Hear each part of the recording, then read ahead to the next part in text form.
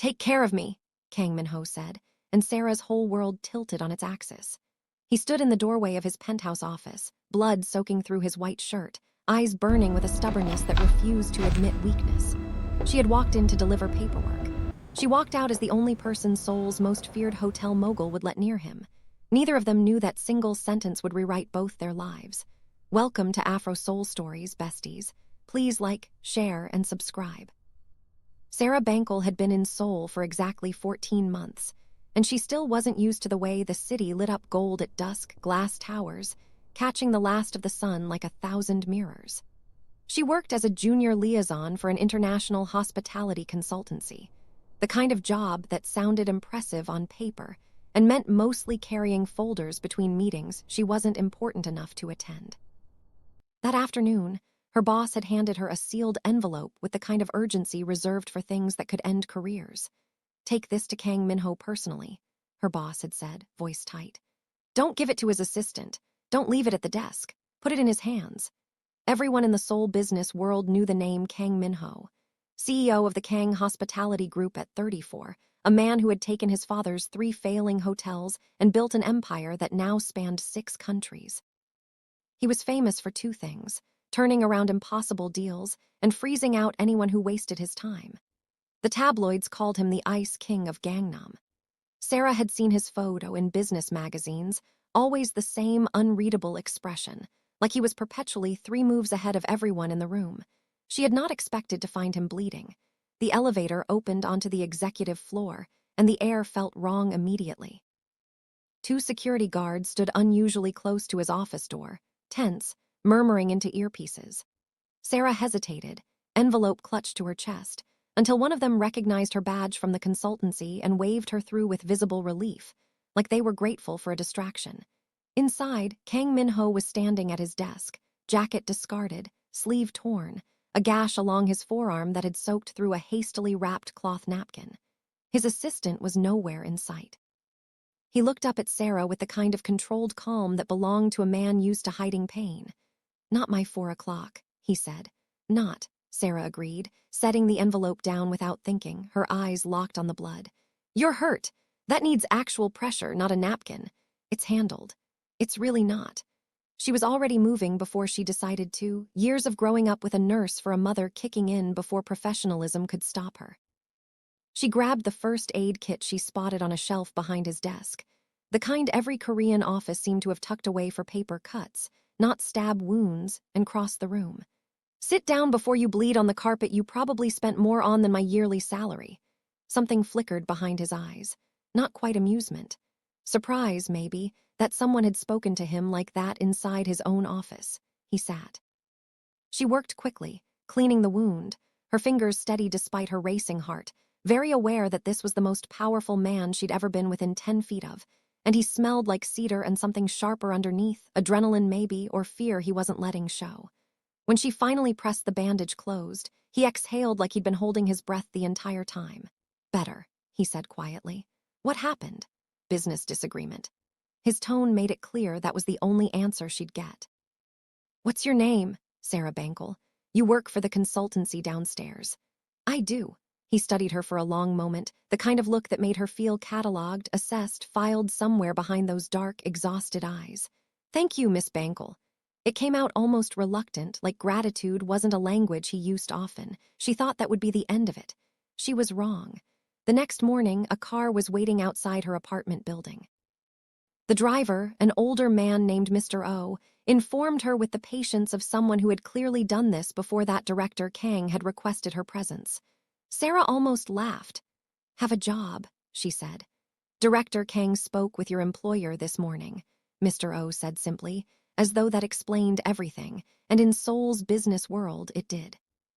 She found Kang Min-ho in the same office, sleeve rolled down now, looking infinitely more put together, though there was a stiffness in the way he held his injured arm.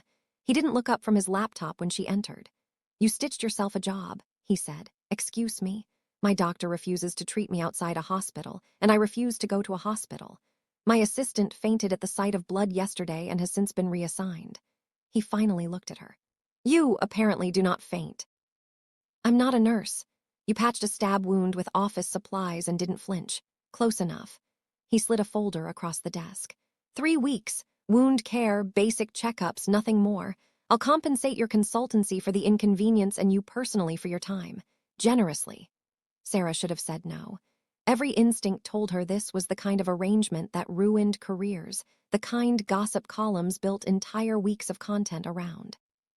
But there was something underneath his clipped, business-like tone, a thread of something almost like loneliness, the look of a man who didn't trust easily and had decided, against his better judgment, to trust her. Why me? She asked. You don't know me. You didn't ask who hurt me. You didn't ask why. You just fixed it. He closed the laptop. In my experience, people either want something from me or want to know my secrets. You wanted neither. That's rare enough to be worth a contract. 3 weeks, Sara repeated slowly. And then you go back to your folders, and I go back to pretending I don't need anyone. Something almost like a smile ghosted across his mouth. Do we have a deal, Miss Bankole? She thought about her rent, about the project she'd been quietly passed over for twice this year, about the way her boss had practically begged her to deliver that envelope personally as if her presence alone might smooth something over. She thought, too, about the unguarded second when he'd said thank you like the word cost him something. Deal, she said. The first week passed in clipped efficiency. She arrived each morning at 8, checked his wound, rewrapped it, left notes about signs of infection he ignored with the stubbornness of a man convinced his own willpower could outpace biology. He worked through every appointment, barely glancing up, dictating emails in Korean and English with the same flat authority. She learned the rhythm of his office. The assistant, Jae-yoon, who watched Sara with poorly hidden curiosity. The board members who flinched slightly whenever Min-ho's voice dropped half an octave. The way the entire floor seemed to hold its breath until he left each evening. She also learned, slowly, that the Ice King thawed in small, almost accidental ways. He started leaving the office door open when she came in. He started having coffee waiting, black, exactly how she'd mentioned liking it once in passing. He noticed when she was tired and instead of commenting, simply rescheduled the afternoon checkup to give her a break she hadn't asked for. Starring, he said one evening, not looking up from his screen. Cataloging your vitals. It's literally the job. You were staring at the painting behind me, not my pulse. Sara flushed. The painting was a stark, beautiful piece, dark blues bleeding into gold, and she'd been wondering about the artist, wondering what kind of person chose that for an office meant to intimidate. It's good, unexpected for someone who looks like he'd choose something corporate and forgettable. My mother painted it. He said it without inflection, but something in his shoulders tightened. Before she died. I'm sorry, B. It was a long time ago. He finally looked at her, and there was something raw in his expression that contradicted every magazine profile she'd ever read about him. You're the first person in this office who's asked about it in 5 years. Air between them felt suddenly thinner, charged with something neither of them had agreed to. Min-ho SSI. Min-ho, he corrected quietly. Just Min-ho, at least when it's just us. She didn't have an answer for that, so she said nothing, and the silence stretched, comfortable in a way that frightened her more than any argument could have. By the second week, the gossip had started. Jae-yoon mentioned it carefully, the way employees mention dangerous things to people they're not sure deserve the warning. The director's private nurse. People were calling her, with a tone that made the title sound like an insult or an accusation, depending on who was speaking. Sara tried to ignore it. It was harder to ignore the way one particular name kept surfacing in those whispered conversations. Yoon Hee-rai, daughter of a rival hotel chain, rumored ex-fiancé, rumored still very much interested. Sara met her on a Thursday afternoon, in the elevator, both of them headed to the executive floor. Hee-rai was elegant in the effortless way that made Sara feel instantly, uncomfortably aware of her own slightly creased blazer. The nurse, Hee-rai said, not quite a question. A consultant who happens to be helping with wound care, Sara corrected. Of course. Hee-rai's smile didn't reach her eyes.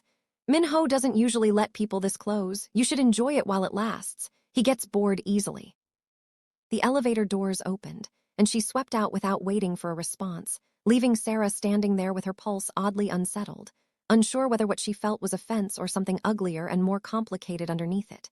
That evening, when she mentioned the encounter to Min-ho, careful to keep her tone light, his jaw tightened in a way she hadn't seen before. Rai talked to you, briefly. What did she say? That you get bored easily. Sara busied herself with the bandage, not looking at him. Should I be worried about that? No. The word came out sharper than he probably intended. He caught himself, exhaled, softened.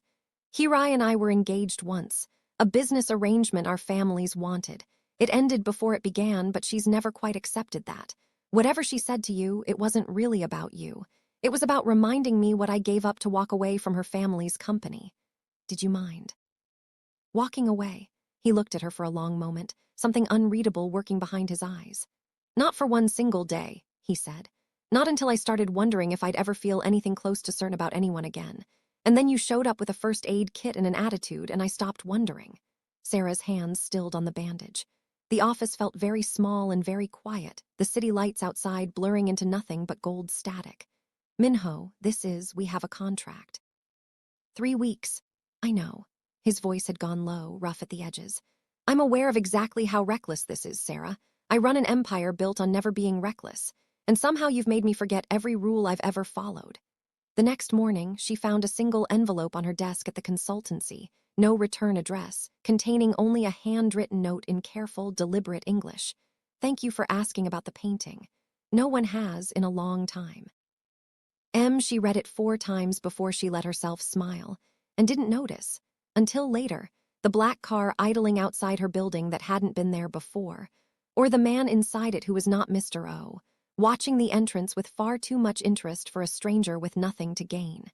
By the start of the 3rd week, Sara had stopped pretending the arrangement was only professional, even to herself. She caught herself smiling at her phone when his texts came through, short and businesslike on the surface. Checkup moved to 9, board meeting ran long, but always somehow including some small detail meant only for her. A photo of the painting in different light. A question about how she took her coffee that he clearly already knew the answer to. She didn't notice the black sedan outside her building again until the 3rd night in a row. There's a car, she told Min-ho the next morning, trying to keep her voice steady as she checked his wound, which had finally started closing properly despite his refusal to slow down.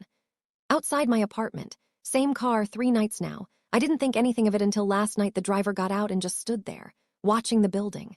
Min-ho went very still. Describe him. Tall, heavy-set. He had a tattoo on his neck, I think, but it was dark, I couldn't be sure. She watched his expression shift from concern into something colder, more controlled, the businessman mask sliding into place over something that looked almost like fear. Min-ho, what is it? It's nothing you need to worry about. You said that about the stab wound, too. He exhaled, rubbing a hand over his face, and for a moment he looked exhausted in a way that had nothing to do with sleep. 3 weeks ago, the night you found me bleeding in this office. It wasn't a business disagreement. A man named Choi D-sung sent 2 enforcers to discuss a hotel acquisition I refused to hand over. They didn't appreciate my answer. His jaw tightened. Choi runs half the construction contracts in Incheon through a legitimate front, and considerably less legitimate operations underneath that. I've been quietly fighting him for control of the harbor district for 2 years. Now he knows about me. Knows someone has been coming to this office every day for 3 weeks. That's enough for a man like Choi. Min-ho stood, crossing to the window, his reflection ghostly against the glass.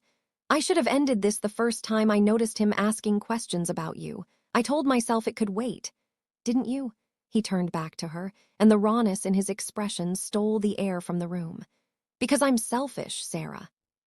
Because for 3 weeks I've had a reason to come to this office that has nothing to do with hotels or contracts or my father's legacy, and I wasn't ready to give that up. His voice dropped, rough and unguarded in a way she'd never heard from him. I should send you home tonight and never call you again. That would be the responsible thing, the thing that keeps you safe. But I don't think I can.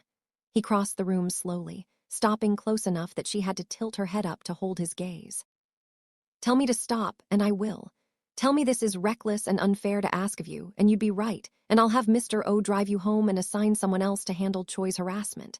But if you don't tell me to stop— I'm not telling you to stop, Sara said quietly before she could think better of it. His hand came up hesitant, like he wasn't sure he had the right, and brushed a strand of hair from her face. You terrify me more than Choi D-sung ever has, he murmured. Do you understand that? I have spent 10 years building walls so thick nobody could touch me, and you walked through them with a first aid kit and didn't even notice you'd done it. Maybe I did notice, she whispered. Maybe I just didn't want to stop either. He kissed her then, slow and careful, like he was giving her every chance to pull away and silently grateful when she didn't. The city lights blurred gold beyond the window, and for one suspended moment neither the contract nor Choi Di-sung nor the careful distance they'd both maintained existed at all, only the quiet certainty of two people who had stopped pretending they didn't want this. When they finally broke apart, his forehead rested against hers, his breathing as unsteady as her own. "I need to deal with Choi," he said softly. "Properly this time, which means you need protection starting tonight, whether you want it or not." "Min-ho, I'm not asking you to be careful for my benefit," he said, reading the protest in her face before she could voice it. "I'm asking because the idea of him deciding to use you against me is the only thing in this world that genuinely frightens me. Let me have this. Let me keep you safe." She nodded, and that night 2 of his security staff took up quiet positions near her building, careful not to crowd her, present only enough to make the black sedan disappear by morning. It should have felt like relief. Instead, lying awake that night, Sara felt the full weight of what she'd just stepped into settle over her chest. A man with enemies dangerous enough to need armed protection. A kiss that had felt more honest than anything in 14 months in this city. A fear, quiet and insistent, that she had just opened a door she had no idea how to close. The following evening, Min-ho invited her to dinner, not in the office, not framed as part of the contract, but at a quiet restaurant in Itaewon with private booths and a view of the river. He wore no tie, his sleeves rolled loosely, looking younger and less armored than she'd ever seen him. "This isn't a checkup," she said as she sat. "No," he agreed. "It's not." They talked for hours, about things that had nothing to do with hotels or wounds or contracts. Her childhood in Lagos, his strange, lonely upbringing as the only son groomed from age 6 to inherit an empire, the painting his mother had finished 3 days before the car accident that took her. He laughed, actually laughed, at a story about Sarah's grandmother chasing a goat through their compound, and the sound did something dangerous to her chest. Something that felt a great deal like falling. "I haven't talked like this in years," he admitted as they walked along the river afterward, close enough that their hands brushed, neither quite reaching to close the distance. "I forgot what it felt like being known instead of just being useful to people." "You're not just useful to me," Sara said quietly. He stopped walking, turning to face her fully, and the look in his eyes made her breath catch. "Sara, I know this started as a contract. 3 weeks, professional distance, all the things I told myself to keep this manageable. But I don't want 3 weeks. I don't want manageable." His hand found hers, fingers lacing together with a tenderness that contradicted everything the tabloids had ever written about the Ice King of Gangnam. "I want to know what it's like to come home to someone who isn't impressed by the company, who just wants me. Min-ho, not the director." "Is that something you could want, too?" Her heart was pounding so hard she was certain he could feel it through their joined hands. "I think I've wanted that since the first day, when you said thank you like it cost you something," she admitted. "I just didn't let myself believe it was real."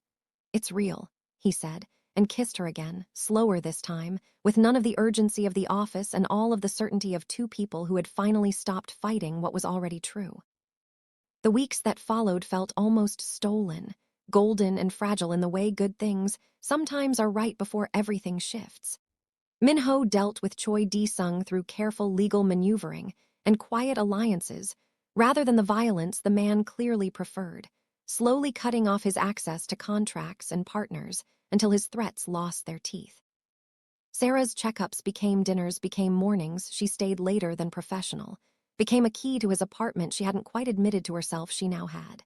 Then, 3 weeks into whatever they had become, Hirai requested a meeting with the board, and everything fractured.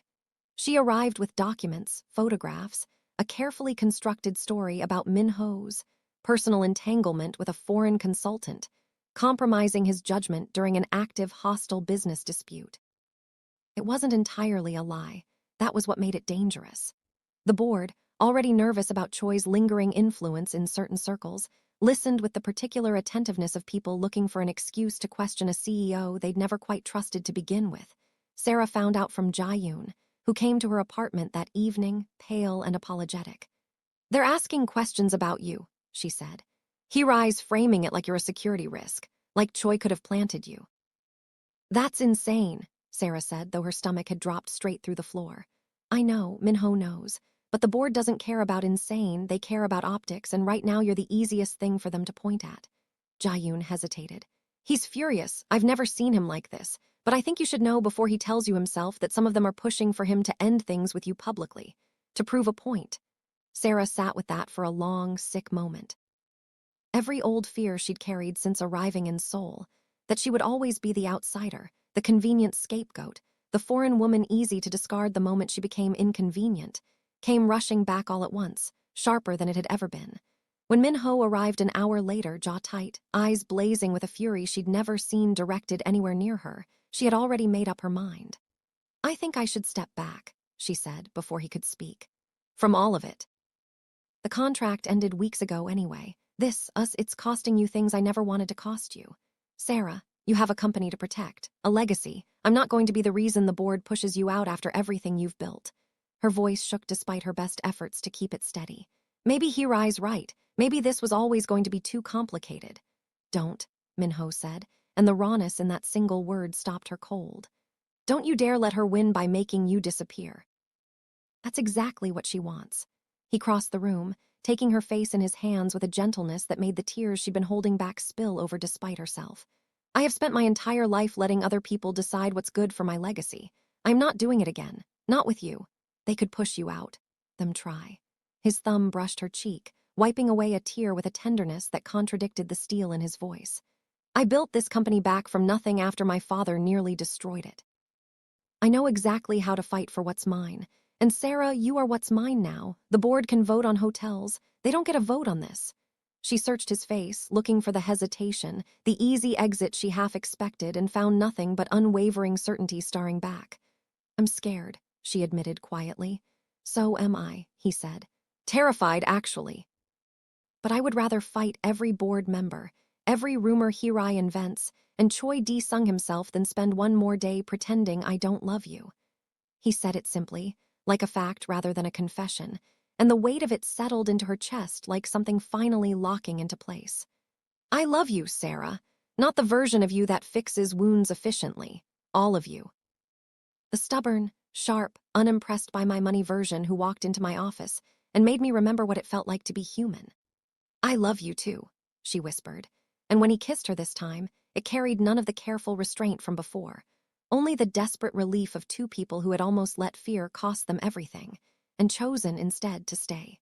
The board meeting was scheduled for 9 the following morning, and Min-ho walked in with Sara beside him instead of leaving her waiting in the wings. The room went quiet the moment they entered together, hand in hand, and Hirai's carefully composed expression flickered with something close to panic before she recovered it. Director Kang, the board chairman began carefully, this is highly unusual. What's unusual? Min-ho said, taking his seat at the head of the table without releasing Sara's hand. Is that this board entertained accusations against a private citizen based on nothing but rumor and a grudge. Instead of doing the one thing any of you are actually paid to do, verify facts before acting on them. He nodded once, and Jae-yoon, standing quietly by the door, opened her laptop and began projecting documents onto the screen. Miss Bankole's employment history, her consultancy's full vetting records, and for anyone genuinely concerned about security, the financial trail proving exactly who funded the photographs and information Miss Yoon presented to this room last week. Rai's face drained of color as the documents scrolled past, wire transfers, a shell account, all of it tracing back through 3 layers to Choi D-sung's holding company. You were paid, Min-ho said quietly, to manufacture a scandal that would distract this board while Choi made his move on the harbor contracts, and you let your pride do the rest of the work for him. Min-ho, this board will be reviewing your family's remaining contracts with this company, the chairman cut in, voice tight with the particular fury of a man who had nearly let himself be played. Miss Yoon, I think it's best you leave. Sara watched Hirai go, something in her chest loosening for the first time in days, not triumph exactly, but the quiet relief of watching a lie collapse under its own weight. Min-ho squeezed her hand under the table, and when she glanced at him, the look in his eyes held nothing of the ice king the tabloids loved to write about, only quiet, unshakable certainty. It would have ended there, neatly, if Choi D-sung had been a man who knew how to accept defeat. He wasn't. 3 nights later, Sara was leaving her apartment for a late dinner with Min-ho when a van pulled up too fast, too close, and 2 men were out of it before she'd fully registered the danger. She fought, twisting hard enough to leave one of them cursing, but the second man was faster, an arm locking around her before she could scream loud enough for anyone to hear. The last thing she saw before the van doors slammed shut was her phone, knocked from her hand, screen cracking against the pavement, Min-ho's name still glowing on the display from a missed call. Min-ho arrived at her building 12 minutes later to find her phone shattered on the sidewalk and no sign of her at all. What followed was a version of Kang Min-ho that even Jae-yoon, who had worked for him for 6 years, had never witnessed. He didn't shout. He didn't break anything. He went terrifyingly, methodically still, the same controlled calm he'd shown bleeding in his own office. Except now it was aimed at finding one specific man. Me everyone Choi has ever used as a courier in the last 2 years, he told his head of security, voice flat and absolute. Get me every property he holds under a shell company. And get me Detective Han on the phone, I don't care what hour it is in his time zone. It took 4 hours. 4 hours of Min-ho refusing to sit, refusing food, packing his office with his phone in hand while a quiet, terrified fury built behind his eyes. When the call finally came confirming a warehouse near the Incheon harbor, registered to a company 2 shells removed from Choi's name, he was in the car before the security team had finished briefing him. Min-ho, wait for backup. Detective Han said through the phone, voice crackling with the urgency of a man who knew exactly how dangerous Choi's people could be. She's been gone for 4 hours, Min-ho said, and ended the call. The warehouse was dim, lit by a single hanging bulb when Min-ho and his security team breached the side entrance. Sara sat bound to a metal chair near the center of the room, a bruise darkening along her cheekbone, but her eyes when they found his were sharp, furious, very much alive. Choi Di-sung stood a few feet from her, unbothered, the posture of a man who believed he still held every card. Kang Min-ho, he said almost pleasantly. I wondered how long it would take you to find a hole this deep. Her go, Min-ho said, voice dropping into something dangerously quiet. And I will personally guarantee you walk away from this with nothing worse than the harbor contracts you've already lost. If I don't, then you'll learn exactly how far I'm willing to go for her, and you will not enjoy the lesson. Choi laughed, short and humorless, reaching for the gun tucked at his waist, and that was the moment the security team moved, fast and trained, disarming him before the weapon had fully cleared its holster. Min-ho didn't wait for the fight to finish. He crossed the room in 3 strides and dropped to his knees in front of Sara, hands shaking as he worked at the ropes binding her wrists. I'm here, he said, voice breaking on the words. I'm here, I'm so sorry, I'm here. I knew you'd come, she whispered, and when the ropes finally fell away, she threw her arms around his neck, holding on like she might fall apart if she let go. He held her back just as fiercely, pressing his face into her hair, breathing her in like proof she was real. Behind them, the police detective Han had quietly mobilized, swarmed the warehouse, and Choi Di-sung's 2-year campaign against the Kang Hospitality Group ended not with violence, but with handcuffs and a confession recorded for evidence that would put him away for years. In the car afterward, Sara's hands still trembled, and Min-ho held one of them the entire drive, refusing to let go even to shift gears, navigating one-handed through Seoul's empty late-night streets like the city itself understood not to ask questions. I thought I'd lost you, he said quietly, somewhere around the 3rd red light. 4 hours, Sara. 4 hours not knowing if you were alive, and I have never in my life felt so close to losing my mind. You found me. I will always find you, he said, and the certainty in his voice settled something in her chest that had been shaking since the van doors closed. I should have ended Choi's threat the moment I suspected he'd noticed you. I let my own selfishness put you in danger, and I will spend the rest of my life making sure nothing like tonight happens to you again. Ho, this wasn't your fault. It doesn't matter whose fault it was. He brought their joined hands to his lips, pressing a kiss to her knuckles at the next red light, eyes steady on hers. It matters that I am done being careful about how much of myself I give you. I want you in my home, not just my office. I want your name next to mine somewhere that matters more than a contract. I want Sara marry me. She stared at him, heart hammering, certain for a moment she'd misheard him. Min-ho, we've known each other 6 weeks. I have known certainty for exactly 6 weeks, he corrected gently. Before that, I knew nothing but obligation. You walked into my office with a first aid kit, and somehow in 6 weeks became the only thing in my life I am completely sure of. I'm not asking because of tonight. though tonight made me realize I cannot survive losing you. I'm asking because every day since you stitched that wound closed, I have wanted to build something with you that no board, no rival, no fear could ever touch." Tears blurred her vision, the city lights smearing gold beyond the windshield exactly as they had the night of their first kiss. "Yes," she said, voice thick. "Yes, Min-ho, of course, yes."